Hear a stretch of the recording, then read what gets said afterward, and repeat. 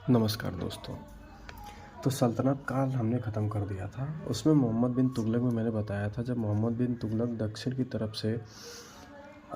तरफ अभियान करने के बाद वहाँ असफल रहा, तो वहाँ एक दो साम्राज्य जो है नए-नए निकले। वो थे बहमनी साम्राज्य और विजयनगर साम्राज्य। आज इस वीडियो में हम समझेंगे विजयनगर साम्राज्य। तो मैप के थ्रू मैं आपको बताता हूँ पहले उसकी लोकेशन क्या थी। देखिए, ये हमारा इंडिया है जो दक्षिण की तरफ अभियान करने के बाद जब वो वापस चला गया, तो एक नदी है कृष्णा नदी। कृष्णा नदी की सहायक नदी है तुंगभद्रा नदी। तो इसके दक्षिण तरफ विजयनगर साम्राज्य, इसके उत्तर तरफ बहमनी साम्राज्य था। और चूँकि ये इन लोगों का जो सीमित एरिया बन गया था, तो ये दोनों राज्य अपना राज्य बढ़ाना चाहते थे, विस्तार करना चाहते थे। इसलिए इनकी मेन लड़ाई एक रायचूर क्षेत्र के लिए थी। रायचूर क्षेत्र इनके लिए क्यों इम्पोर्टेंट था?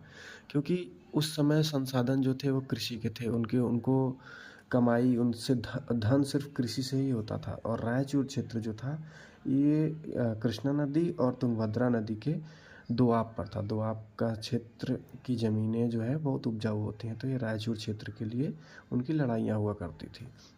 तो चलिए समझते हैं विजयनगर साम्राज्य।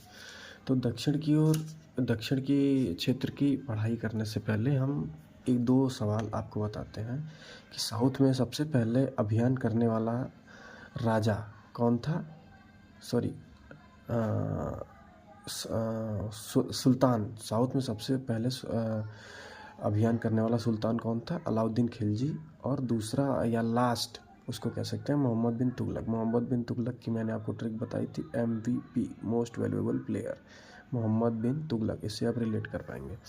तो विजयनगर साम्राज्य की हम लोग टॉपिक पे बात करना शुरू करते हैं। विजयनगर साम्राज्य के संस्थापक थे हरिहर और बुक्का। ये दो भाई थे।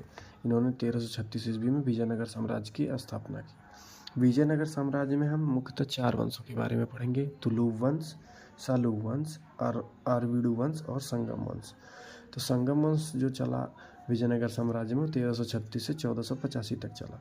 इसके संस्थापक हरिहर बुक्का मैंने पहले बता दिया था। अब हरिहर प्रथम के बारे में जान लेते हैं। इसमें बहुत ज़्यादा कुछ इस वंश के सबसे प्रतापी और सबसे प्रसिद्ध शासक रहे थे वो थे कृष्णदेव राय।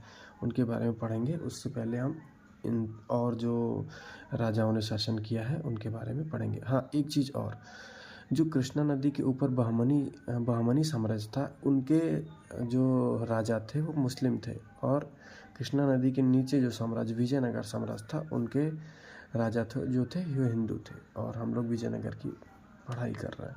तो हरिहर प्रथम, जिनका शासनकाल 1336 से 1356 ईस्वी, लगभग 20 साल रहा,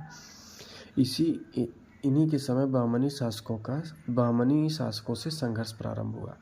तो मतलब ये साम्राज्य स्थापित करते ही बहमनियों से इनका संघर्ष प्रारंभ हो गया। अब देखिए, बुक्का जो उनके भाई थे, मुख्यतः क्या होता है कि राजा का बेटा ही राजा बनता है, लेकिन इस वंश में बुक्का जो उनके भाई थे वो 1356 से 1377 तक उनका शासनकाल चला। इसने वेद मार्ग प्रतिष्ठापक की उपाधि ली। ये चूँकि वेद मार्ग प्रतिष्ठापक से आप रिलेट कर पा रहे होंगे कि ये हिंदुत्व की बात कर रहा है, क्योंकि हर जगह भारत में लगभग मुस्लिम साम्राज्य ही स्थापित हो गया था। तो इन्होंने वेद मार्ग प्रतिष्ठापक की उपाधि ली और हिंदू साम्राज्य को विस्तार किया। तो अब देखिए, अब इनके लिए बस यही इम्पोर्टेंट है।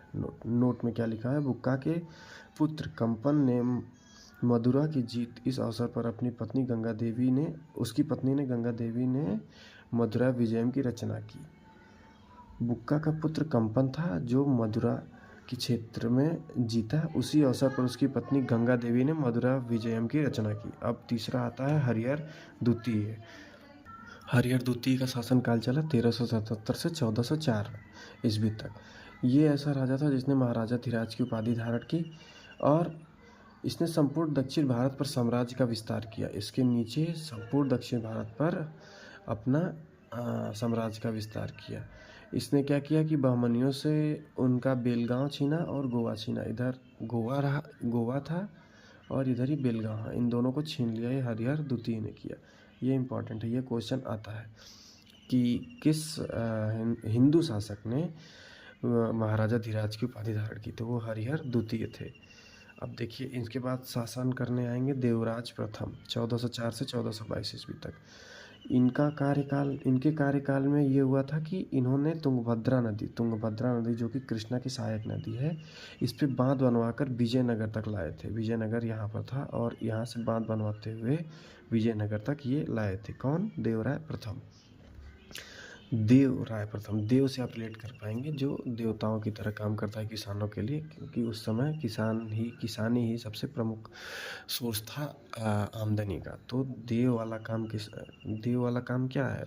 जैसे किसानों को सिंचाई के लिए पानी मिल जाए, तो वही देवताओं वाला काम होगा ना। तो देवराय प्रथम ने वो बांध बनवाकर विजयनगर तक लाया। और इसके शासनकाल में एक इटली का यात्री भारत आया था, उसका नाम था निकोलस कोंटी, और उसने इसी के समय विजयनगर की यात्रा की थी। वही निकोलस कोंटी ने किसके समय यात्रा की थी? वो देवराय प्रथम के समय।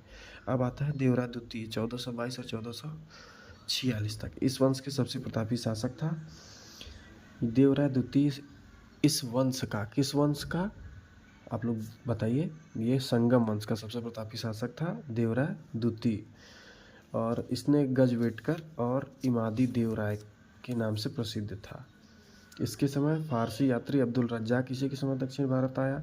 अब उसके बाद आता है सालू वंश, उसके बाद आता है तुलु वंश। इन दोनों के बारे में बहुत ज़्यादा कुछ नहीं जानना है। इनके संस्थापक सालू वंश के संस्थापक सालू नरसिंह और तुलु वंश के संस्थापक वीर नरसिंह। अब तुलु वंश से ही रिलेट करते हैं कृष्णदेवराय, जो कि इस साम्राज्य के प्रतापी शासक थे। तुलु वंश जो 1505 से 1570 तक चला। अब देखिए इसमें कृष्णदेवराय क्या है, ये इनका शासनकाल रहा 1509 से 1529 तक। विजयनगर साम्राज्य के सबसे प्रतापी शासक, सबसे प्रसिद्ध शासक ये कौन थे? कृष्णदेवराय प्रथम। ये इसलिए भी सिद्ध होता है क्योंकि इसने जो बाबर अभी आएगा,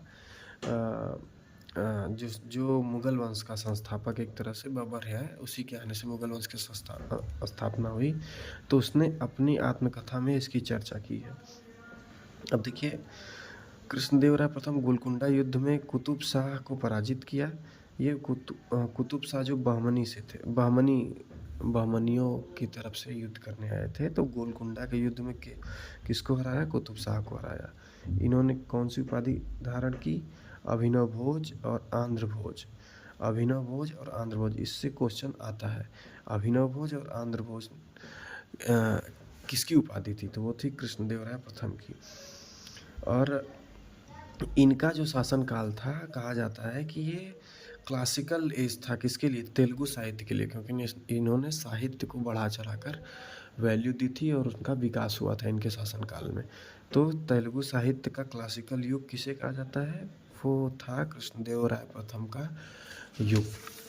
अब देखिए इनके दरबार में अष्टदिग्गज कवि रहते थे। अष्टदिग्गज मतलब 8 कवि रहते थे।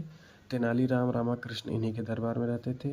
कृष्णदेवराय ने आमुक्तमाल्यम तेलुगु की रचना की, मतलब तेलुगु में आमुक्तमाल्यम एक ग्रंथ किताब है, उनकी रचना किसने की थी? कृष्णदेवराय ने। इसने हजारा और विट्ठला स्वामी मंदिर का निर्माण कराया। ये विट्ठल स्वामी मंदिर बहुत प्रसिद्ध है साउथ में। तो इसका निर्माण किसने कराया था? वो थे कृष्णदेवराय। हजारा का भी निर्माण किसने कराया? वो भी थे कृष्णदेवराय।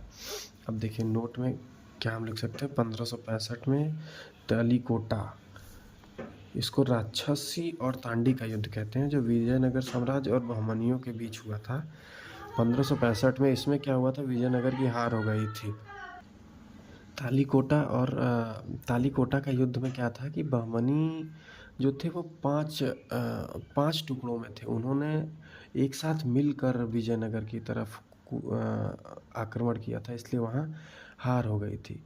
तो बहमनी क्या थे? आपस में लड़ते झगड़ते रहते थे। तो उनको हमेशा नहीं, ये 1565 में ताड़ीकोटा के युद्ध में, जिसको राक्षसी और तांडी का युद्ध कहा जाता है, उसमें विजयनगर साम्राज्य की हाथ हुई। तो इसमें जो इस ये कृष्णदेवराय इधर से युद्ध नहीं कर रहे थे, वो आगे के शासक थे, वो सदाशिव थे, वो अंतिम शासक माने जाते हैं। और इसके बाद चला आराविडु वंश 1570 से 1650 तक। इसके संस्थापक थे तिरुमल। इस वीडियो में इतना ही। धन्यवाद।